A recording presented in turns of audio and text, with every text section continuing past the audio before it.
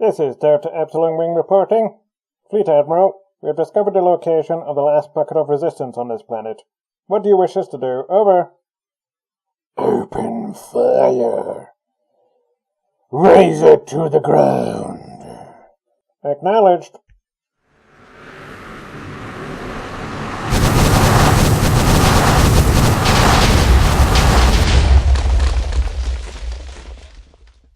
Fleet Admiral, the Resistance village has suffered heavy losses. I can see some survivors in the wreckage. They're attempting to give themselves up. No survivors, Captain. But Admiral... I said no survivors. War Marshal, activate the orbital ion cannons. No one resists the might of Admiral. Unpronounceable alien name. Of the... Unpronounceable. Empire.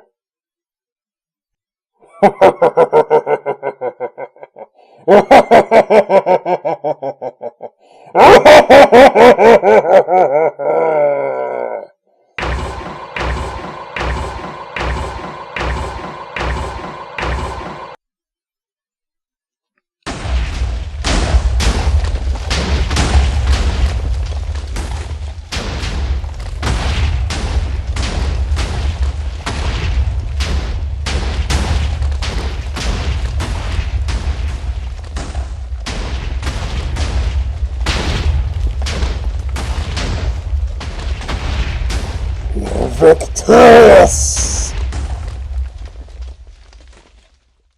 Hello, sysfailure here again.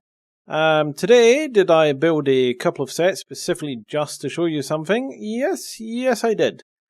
But what was that for? Well, as you may have noticed in following it, I was making reference to squid-powered weaponry or theatrical scenes or whatever.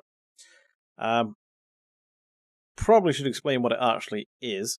It's actually sort of wireless redstone in a way, and using the new summon command to set up sort of theatrical incidents such as this. I'll just hop down here so I can show you what's going on. Okay, getting in a sec. Right. Ignore this bit. This just is something Sethbling made to set off a triple pulse. So you can ignore that, go watch this video for that. But basically what it is if you just hop up the commands I've been running here. Here we have summon squid. Which one? That's the one I think we want. Right. The summon command is new in the 13W36A and B snapshots and should be coming in 1.7. And it allows you to summon any entity, pretty much any location that you wish. In this case, we're summoning a squid, so capital S it has to be, and we're just putting it these coordinates. If I just spawn one, you will notice it falls here. Hang on.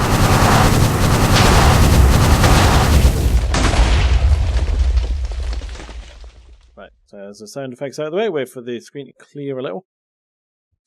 But basically, we can, with that command, which can be set off using command blocks as well if you wanted, we spawn a squid, which dies because it's in the air, but it stays around long enough to activate the pressure plate, which just sets off this little system here. Now, it can obviously summon the squids, so as I said, this is sort of squid-powered weaponry, but it's also used for the theatrics going on up there. So, I've got this set up here, just the standard play sound, which you should know from 1.6, which is playing the triggering of the portal sound. That's where the powered up sound effect for the gun up there comes from. It also summons the thrown ender pearl entity, and it's summoning them just inside the block at the end of the gun. If you actually look from the bottom, you can actually see them sort of falling out a little, but that's what gives the sort of purpley sparkle effect as well. So if you just summon them where you want the sparkle effects, so in this case, there's my location there. I'll go up and sit next to these in a minute just so you can see them go off. I just have a few of them going one after the other along here, just to sort of keep the effect going basically. Once we get around here, we have more summons. this one's the easiest part. Obviously, we're playing the sound of a gassed fireball being fired, so that's just the sound of the gun firing there. But the one we're interested in is this one. Now, the summon command, as it says, pretty much any entity. Still having trouble getting it to work with fireworks that actually explode. I'm not quite figured that one out yet, sadly. But in this case, we're summoning a prime TNT. So obviously that's the entity you get if you were to activate a TNT block. And it's summoning it, here we are, just in front of the gun itself. Now, if we just did that, obviously we just fall out of the sky. But we can set the fuse time, which is 30 game ticks here. And you can also set the motion. Now this is what gives the effect of the distance firing and keeps it accurate as well. So in this case, it is moving at a speed of 1.0, which is fairly standard speed, in the X direction, I think. Nothing in the Y, nothing in the Z. So if you see, that one is 1.0. This one's 1.5, 2.0, 2.5, and so on. Now, what that's doing for us, if we just hop back out, is as they're coming out slightly faster than the previous one after the other, we get one landing here, one here, one here, and so on. It's perfectly repeatable, so that's quite good if you're building a map and want some event to happen pretty much identically every time. I just said I was going to demonstrate how the Ender Pearl thing shows up, so that's this one, I think. There we go, so they're dropping out the bottom. That gives the effect in the block and above it. And you'll see our TNT landed in the same place again. Now, we've done that, but what about the destruction here? Well, that's similar sort of thing, but it's a little bit more complex. So I'm just going to hop back in here again. The actual ones dropping out of the orbital cannon that you saw earlier there. Hang on. That was just a simple case of a falling sand being sent down the way at fairly high speed and the sound of an iron golem dying. Which is sort of similar to these, except we don't got any sound set up for them. So, another simple case, a squid spawns in here using the summon command, falls on the plate activating this, and dies a few seconds later. You can trigger that from anywhere within range that you can actually spawn the squid. It's got a sort of limited range because entities like squids don't want to spawn beyond a certain range. Now, this is where the slightly complex one comes from, so let me just explain this. So, we have another summon command, and as you can see, it's a falling sand entity. So that means we can set it as any block we like. So our tile ID is 10, so I'm setting that as a lava block there. And that's what allows it when it lands to spread and everything. Time of 1 means that it will exist. If you set that to 0, it will just vanish, so that won't work. And I'm just spawning them 150 blocks in the air above where I want it to be. You can spawn higher if you wish, but it does seem to sort of slow down on the way down, which is a bit of a shame. The special part's coming in because obviously lava is not explosive.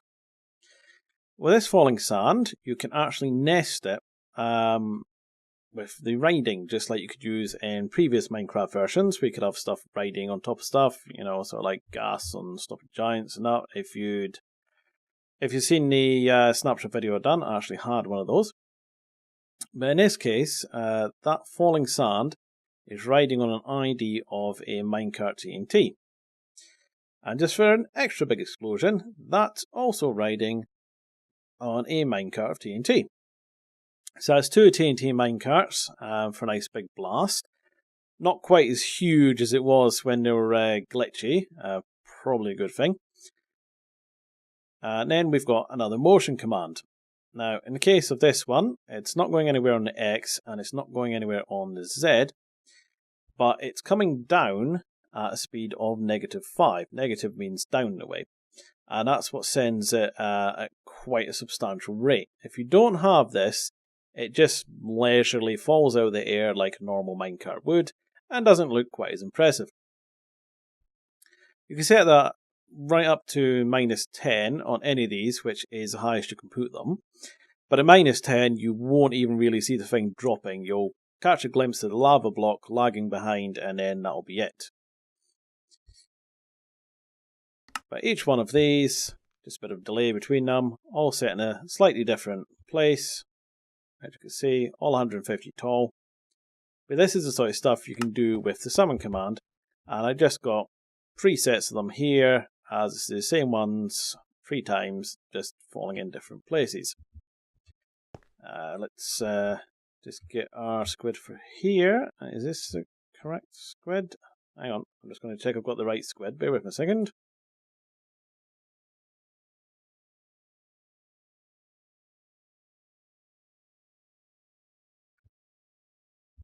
Right, I think that's the correct squid. Yep, there we go. So this one, setting these off, and that's our, see, objects being summoned. And if I head over here, just there we have our orbital cannon.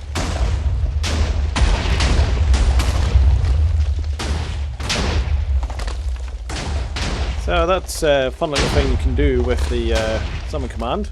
Obviously, destroy villages if you want. But yeah, so you can set up little theatrical pieces like that if you want for adventure maps, and it's totally 100% repeatable. And because it doesn't sort of rely on lots of spawners and everything, you don't really have a lag problem either, as lots of spawners in one place can cause an awful lot of lag, as I'm well aware of, as something I'm attempting to build at the moment. Although what I'm trying to build at the moment would be a lot easier if command blocks could accept more than 256 characters, but sadly they can't at the moment. But there you go, summon command. Hope you enjoyed that. If you happen to want the orbital station, it doesn't have any rooms inside it, so feel free to build inside it. Just mention in the comments below and I'll put a download up for it. But that's it, so thanks for watching and bye bye. This is my invisible maze. What do you mean it looks exactly like the old one? It's invisible. I think I'll just head to the exit. Oh, no, that didn't work. Maybe I'll go this way. Nope. Oh, okay. I'll go around the side. No. I'll run. No.